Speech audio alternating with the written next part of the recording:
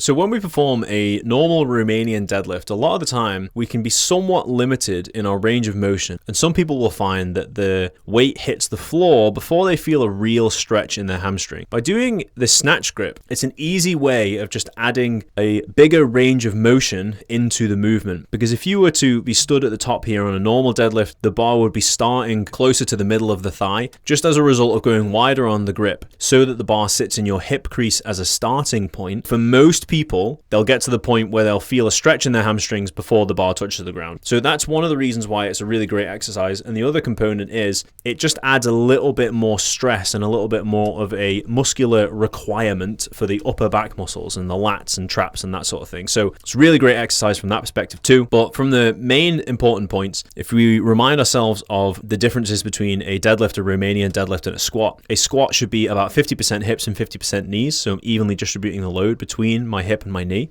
If I was to be doing a normal deadlift, I would be spreading the load 70 to 80% to my hip and 20 to 30% to my knee. And when we do a Romanian deadlift, it's more towards the 90 to 95% hip and 5 to 10% knee. So you can see, to initiate the movement, it's just nice to soften the knees so that you know that that is basically the range of motion your knees are going to go through. And then from that point, just stick your bum back, keeping your spine straight until you feel that stretch in your hamstring. So one of the things with doing a snatch grip that can stop the spine from rounding is if you try and pull the elbows back in this direction as well, it may put a little bit of pressure onto your biceps, so be aware of that. But by pulling your shoulders down towards your hips and having your elbows follow that same movement, it can help to kind of stabilize your spine musculature and therefore keep your spine straighter. And with a straighter spine, with a more rigid spine position, you're going to be able to get a better contraction and stretch into your hamstring. So soften the knees, hinge over until you feel the hamstring stretch, and then back up again. Another thing is try not to rebound at the bottom point. So slowly, as you feel you're getting towards your end range, just try and slow down into it. Once you feel that light stretch, slowly come out of that range and then speed up as you come up the movement. You can see that the bar is basically just staying a few centimeters to an inch away from the hip and the knee the entire time. It doesn't make contact. It's not sliding up. It's not sliding down, but it's just a general rule of thumb. Just keep it a little bit of a distance away the entire time. But on top of all those things, we just want to make sure that we keep an even distribution of weight on the inside, the outside, and the heel of our foot,